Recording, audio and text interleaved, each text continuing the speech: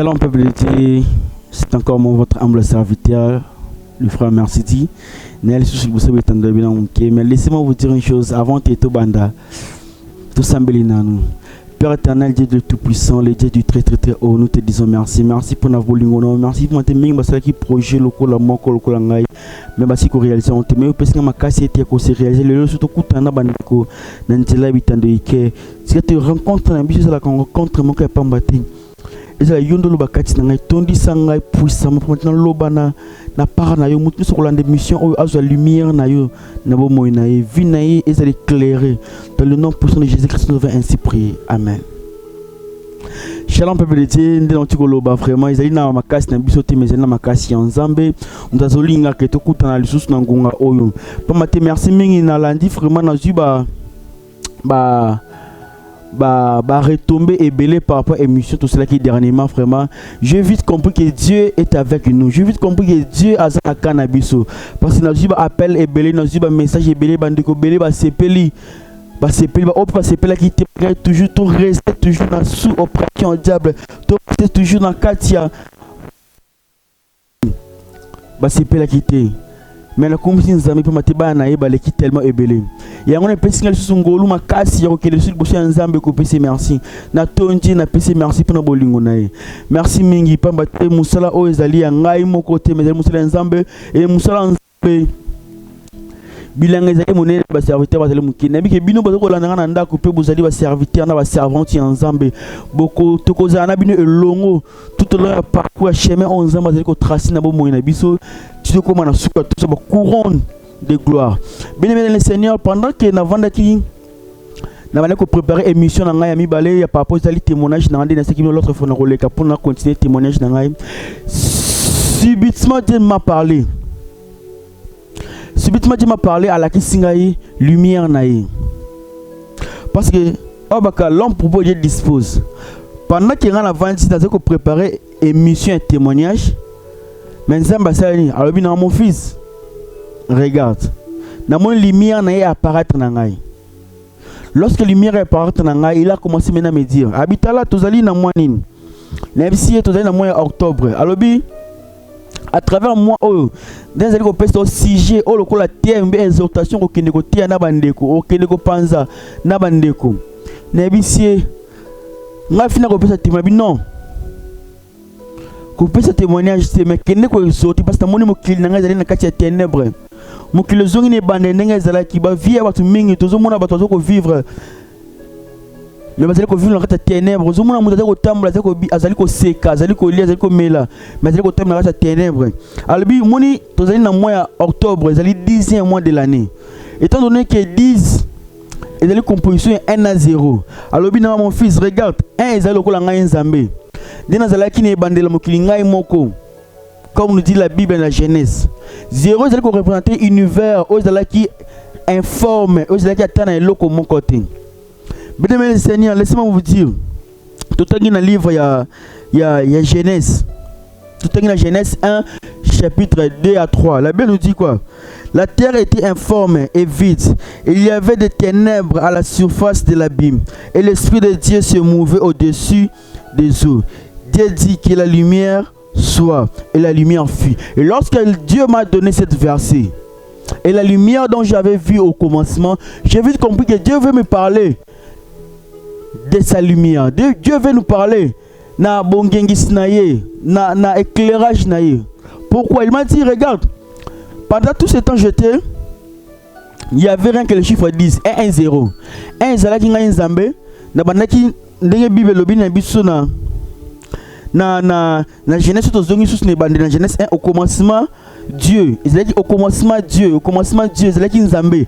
Nzamba zalaki na nani? Nzamba zalaki yemoko. Azalaki na nini? Na 0. O zali 10, chiffre 10. 1 wana zali au commencement Dieu. Zali au kola 1. Alors azalaki na nani? Zalaki na 0. Yango zali 10, 1 na 0 zali chiffre moko ya création, chiffre moko ya lumière. Là où Dieu a commencé au début, il y a un lobby dans le 10e mois, moi, bane belé bako bika, bane belé bako za lumière nae, bane belé bako mona pole na bomo nae. Parce qu'il y a beaucoup de gens, parce que au terme la mokili, bazali na kati ténèbres, il y a beaucoup de gens, parce que au terme mokili, Dieu bazali ko réclamer, il y a beaucoup de gens bazali na mokili. Nous sommes si maté pourquoi? Exact que baby c'est quelle romo mais ezali lumière ezangi bango ténèbres ezali ko envelopper bango ténèbres wana diable ezali ko zipa bango moya ta mutu akabele mbongo zate moya ta mutu abenga apesa ye bonne nouvelle ezali te moya ta azwelo ko moko ezali te. C'est là pour laquelle Dieu m'a dit par dire à mes enfants disez moi ezali moi autre ko salini tozali o nzambe nazali kosani kozongisa bana na kati ya création nazali ko tia lumière na parce avant que Dieu a créé nyonso abandaki na lumière parce que la Bible nous dit abandaki na lumière parce que le verset 2 il y a Genèse chapitre 1 le verset 2 à 3 nous dit quoi? La terre était informe et vide. Il y avait des ténèbres à la surface de l'abîme et l'esprit de Dieu se mouvait au-dessus des eaux. Donc la Bible nous fait comprendre qu'au commencement il n'y avait rien que l'esprit de Dieu. Mais dans la surface de la terre, c'était l'abîme. Parce que jusqu'à aujourd'hui, parce que vivre expérience souvent. Malgré tout le monde la lumière, il y a mort. Parce que belé na ba vie na bango, ils allaient au commencement au verset 2 Genèse 1 za ko lobela biso. Yangana Dieu m'a montré, Dieu m'a dit na zongi. Il m'a dit regarde. Alors là c'est toujours dans 1 Genèse chapitre 1 verset 2 à toujours trois clés. La Bible nous parle de quoi? De la terre, de la surface de l'abîme et des eaux. Bien aimé, comment le bango terre, surface de l'abîme et des eaux. Donc maï. Et la Bible me fait comprendre, et l'Esprit de Dieu aussi me fait comprendre quoi? Que la terre, étant donné terre, est allée au dans ton corps. La manière dont tu vis aujourd'hui, la terre, au Bible, c'est qu'on fait allusion à aujourd'hui. Dieu m'a dit, regarde mes enfants, basali, qu'on souffre. La terre, on a Bible, c'est qu'on l'obélit, ton corps à toi. Nous ton Bible, c'est qu'on l'obélit, c'est qu'on fait allusion. La révélation de Malaki Singaï. Pendant que nous avons médité, nous avons sambe, nous avons un témoignage pour continuer. Dans ta lignage, un témoignage pour que nous d'où nous avons le code singa parce que nous avons mais Dieu m'a dit non avant de continuer malgré le témoignage sunga bon zoté bon mais pour comprendre il faut d'abord oyer la lumière lorsque éclairer ndaku c'est facile que muta la nine amona lute za ba coupe za ba seneza anzungu za c'est à travers la lumière ce que lumière exaté mutu moi amona ndila bien que ça même si tu viendras parler ta témoignage il y a de ton témoignage. Mais lorsque mon peuple est toujours dans cette ténèbre pour comprendre l'autre, viens d'abord, la lumière apporte-le ma lumière pour que comprendre la témoignage très bien. Bien dans les Seigneur, on continue. C'est la raison pour laquelle Dieu me dit quoi? Alors, donc, la terre, ton corps, la terre est informe et vide. Il y a beaucoup de gens qui sont tout le monde est informe et vide. Pourquoi? Parce que ténèbres parce qu'ils n'ont pas la lumière de Dieu. Ils n'ont pas la lumière de Dieu. Parce que ténèbres. C'est pour laquelle Dieu m'a dit ténèbres, la terre était vide. Je te vide. Malgré on parle à l'église, mais on n'a pas Dieu en nous. Malgré on parle à l'église, on fait des choses comme si, bien tout le monde comme si nous mais on parle à l'église. On prie du matin au soir, mais on ne sent pas la présence de Dieu. Le blocage est aussi la terre, le freinage est aussi la terre, ma maison marche bien. Laissez-moi vous dire, c'est parce que lumière en Zambézan, parce que lumière en Zambézan, vous allez côté de la carte ténèbres. Oh, Genèse chapitre 1, le verset 2, c'est la vision. Dieu m'a décortiqué ça, dans la ténèbre, terre, la terre, et ton corps. Et la surface de l'abîme, c'est ton âme. Âme, la surface, c'est abîme. Et ton esprit, les eaux. Au Bible, les eaux, faire allusion. Parce que la Bible nous dit quoi? Tout est dans la version à l'obi. L'esprit de Dieu se mouvait au-dessus des eaux. Parce que tu as vu bien que mon lit, mon sang, mon lit, mon âme, ils racontent que mon lit, mon abysso direct. Parce que notre esprit, c'est Dieu en réalité en nous. Et les âmes appellent ça mon lit, mais âme et diriger dans le corps. Parce que nous avons des âmes dans le corps. Ils ont dirigé dans le corps. Parce que le corps est enveloppe, simple enveloppe. Ils ont dirigé dans le corps, l'eau va bouger. Et c'est l'inspiration de Dieu, l'insi dit de l'Éternel. Des autres, dans mon lit, mon sang. Parce que Dieu a déposé dans mon lit, mon sang, mon lit, mon sang, tout. Ils ont dit mon lit, mon angaï. Vu que mon lit, mon sang, ils ont dit 4 esprits nangaï. kate molimo na ngai et tonisi molimo na ngai et molimo na ngai esani et dirigé na âme pesi commandation na ye na corps physique. Na corps physique. Na corps physique.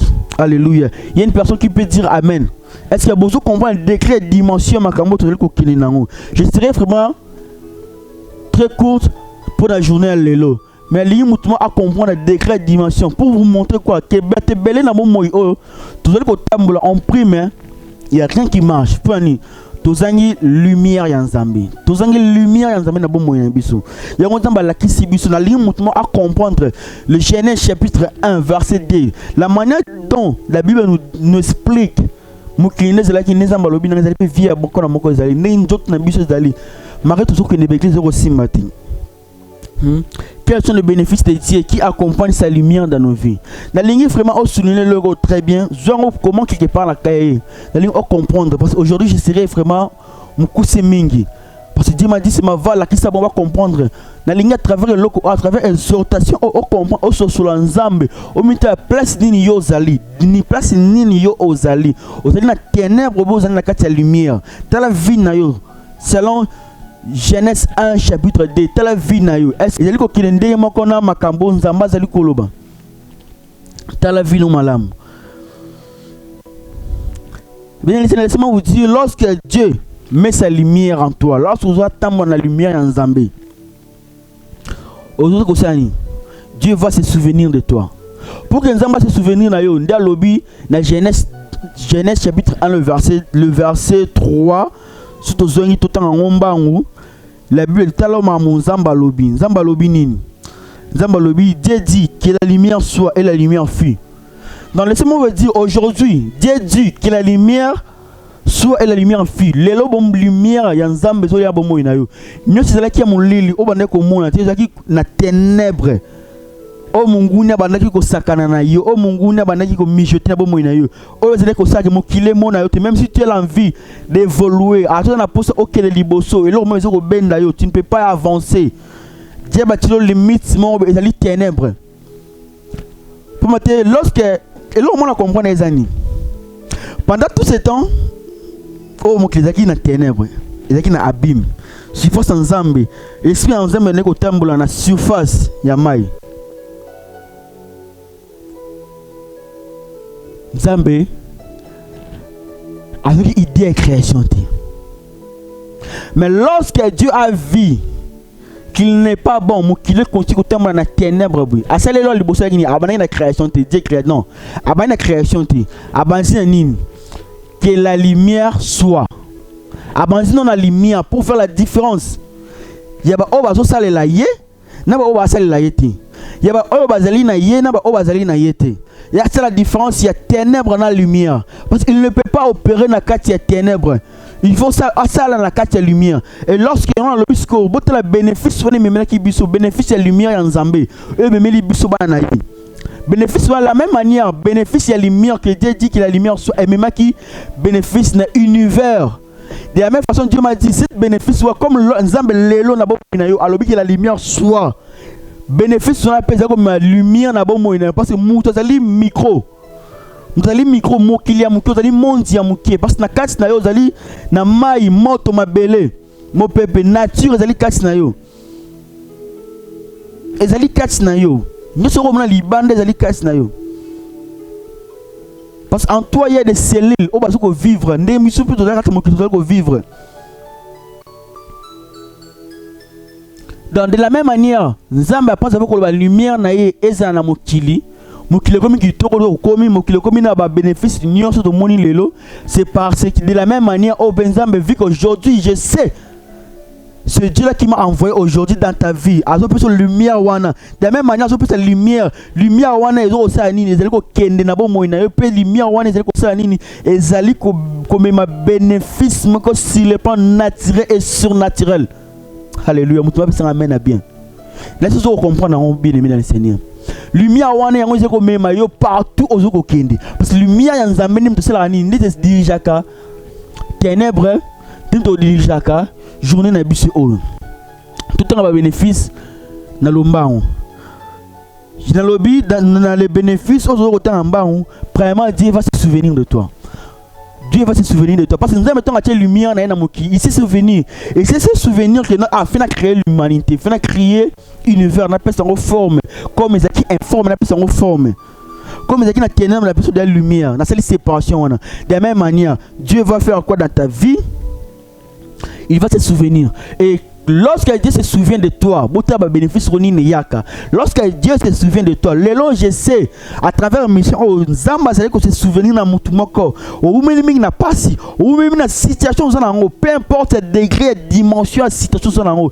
Bien le Seigneur, laisse-moi te dire, les longs Zamba se souvenir na yo. Alléluia. Les longs Zamba se souvenir na yo. Les longs Zamba kanisio, les longs Zamba amonio, les longs Zamba atalio. Ateli suna ye bon Zambé le club bon na yo. Peut-être amène bien, peut-être amène bien parce que je sens la présence de Dieu, je sens par le bas qui n'a pas retiré, il sera toujours devant et derrière moi, il sera toujours on n'a pas compris maloba na ye. Nabi ke mokile ko seka, mokile ko yima, mokile ko lobe ko chola.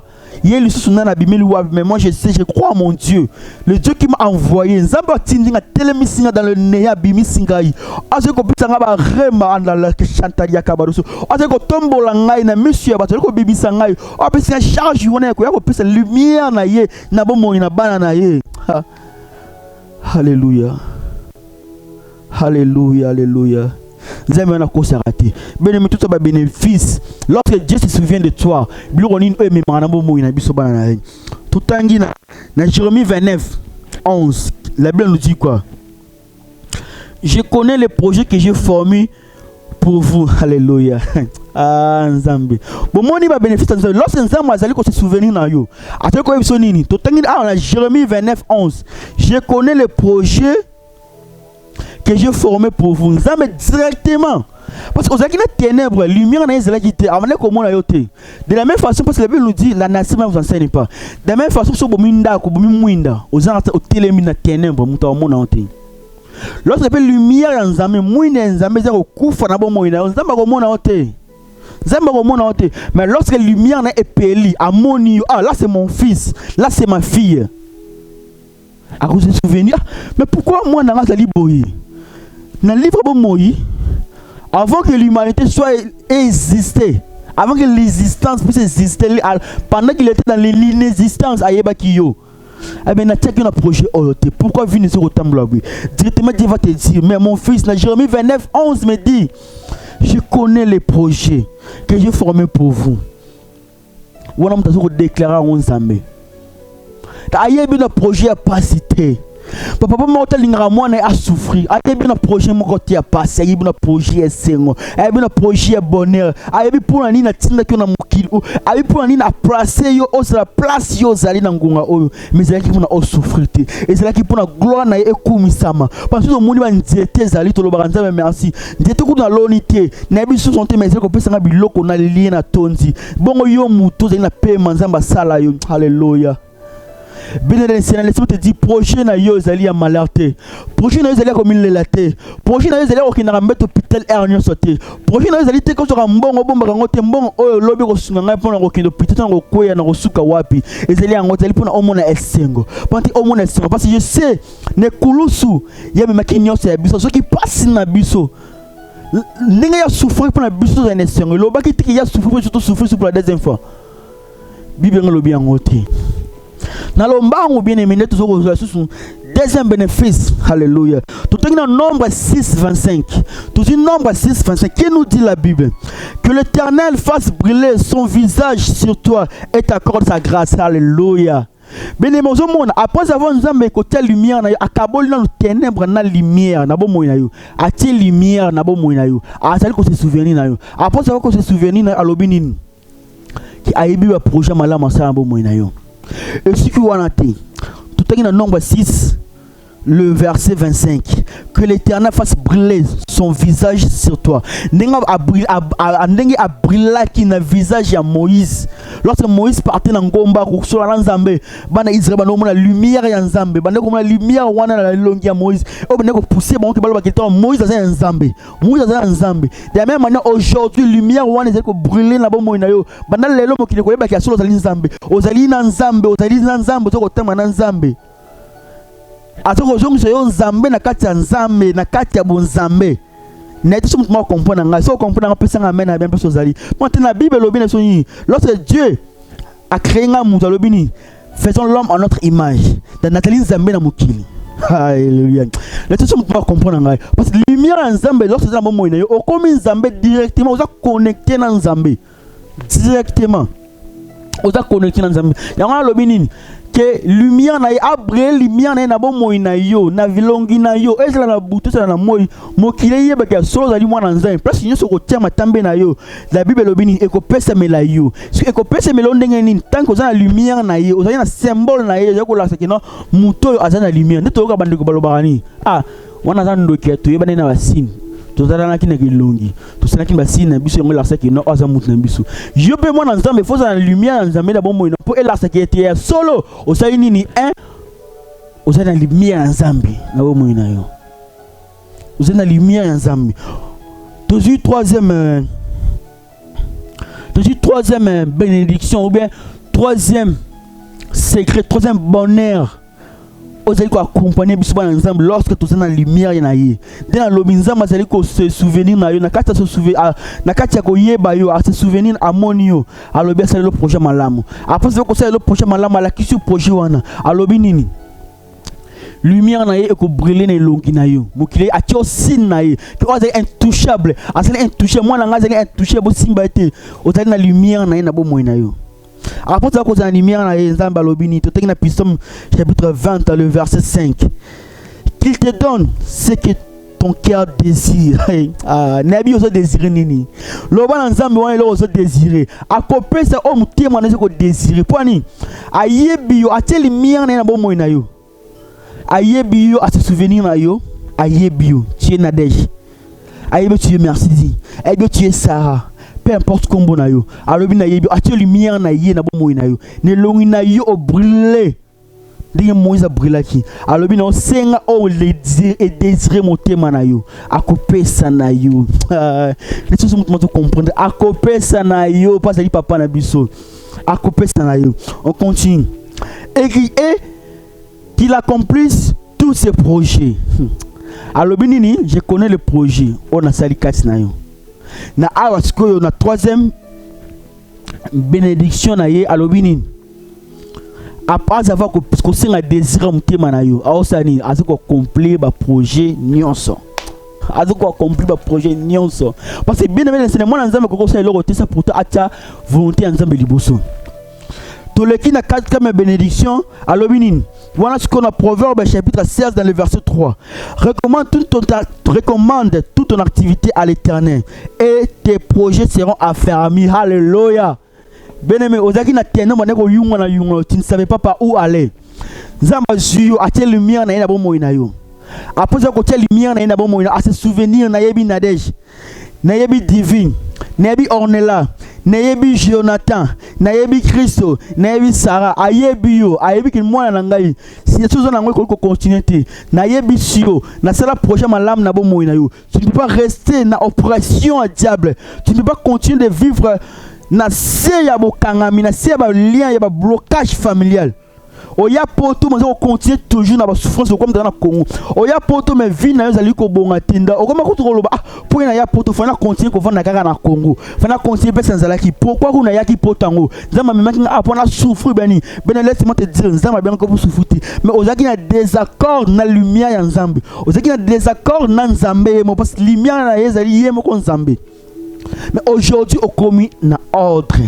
Au commun accord dans Zambie pour mettre lumière na comme na bon moina yo de la même façon lumière on est comme na bon moina yo les lolo bini a plus lumière que la lumière soit à te souvenir na yo a plus projet malam a qui soit projet ça na bon moina yo a sengi a plus lumière na e rayonner et brûler na longi na yo abi singa nga o mutema na lingi pour mettre umeli na pasi singa o mutema na lingi ndenge terre et singa kina nzambe nzambe na umeli na kati ya ténèbres na umeli na kati ya abîme na umeli na kati ya vide et informe pesa nga forme remplis-moi de la civilité. De la même façon, de la même manière, nous allons remplir yo. C'est-à-dire qu'on peut ça yo forme na bon moyen yo. Aujourd'hui là même, Dieu te peut se former na bon moyen yo. Ninga c'est qu'on former, nga c'est qu'on peut se former.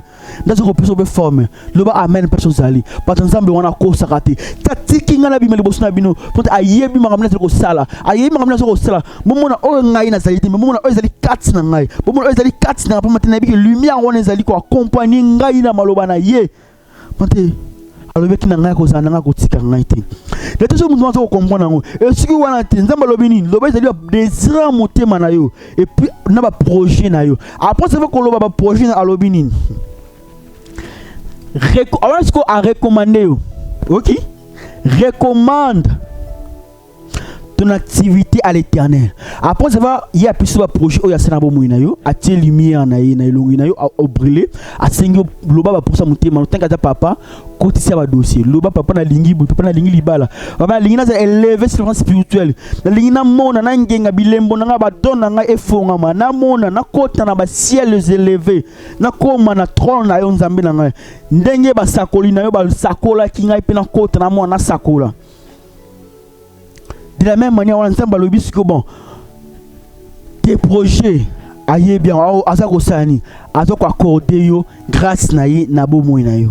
Et ce qui on a dit, à l'objet soutenir, na nyonso oh ce que tu yoka nayo, zongo même na le quoi libonza, recommande ton activité à l'Éternel et tes projets seront affermis. Et que bota misisa, ce que boti misisa, atambonge yatam pepeye, moko tia kolongwa et ko isengo. Pour moi, ils allaient affermi et boti misisa et côté de génération de la même manière oh dingue a béni ça qui Abraham pour ni bénédiction Abraham ils allaient affermi ceux qui est affermi béni le Seigneur et là comment tu quoi ça mais laissez-moi vous dire la nuance on a lobby béni le Seigneur laissez-moi vous dire nana d'aller digne à cause de la bénéficiaire il y a bénédiction lumière en Zambie d'abord moinaï nani on azali ko bénéficier na lumière wana d'abord moinaï ezali mutu o azali ko tambola selama lo banzambe mais pour tambola selama lo banzambe il faut ça la mutu o andimi mo kondier Jésus Christ comme mo continuer mo begisi na ye o andimi lié na solo pe na pole azali ko landa ye yango azali ko senga na yo parce que zali bien aimé dans le Seigneur tomba lo boko no ya mobali tiango likoto sambe longo pour nzambe aya ko vanda na ye pour akta marque na ye abeta cacher na bo moina yo cacher lumière na ye na bo moina azana yo tout moi assiste partout place sur okende Père Dieu tout puissant na personne merci pour ngonga malamu aussi ko partager na bana yo na personne merci pour Dieu na biso ne bandeli kula alpha pe na sukolo kula omega kumisa masanjula mana onzambe na lola tikete lumière na yo ko takata bana na yo na ngonga oyo salela bango no sala kina mokili na yo na Genèse chapitre 1 le verset 2 à 3 toute lumière na yo et c'est la katina bango ba mona pole na yo longo c'est les ténèbres ba mo na bango c'est que ba projet na bango ba bénéfice na bango et c'est la affirmer ngo siko lo bana biso et c'est la affirmer lo siko lo bana biso ko banda lelo nzambe to décision ko sala lo na ndinga solo c'est que moi na yo ko fele kiso ne kulusu ma kiesi pa kina golgotha et na pour purifier biso de le nom puissant de Jésus Christ c'est ba ange divin ange céleste na yo ba biso pour protéger biso lumière na yo nzambe na ndeto ziango mo ko lelo et c'est la biso c'est qu'on a c'est quand tu te rezonga et pas na trône na yo la kembo de côté les choses na lola tout ça toujours la lumière dans le nom puissant de Jésus devant ainsi prier amen.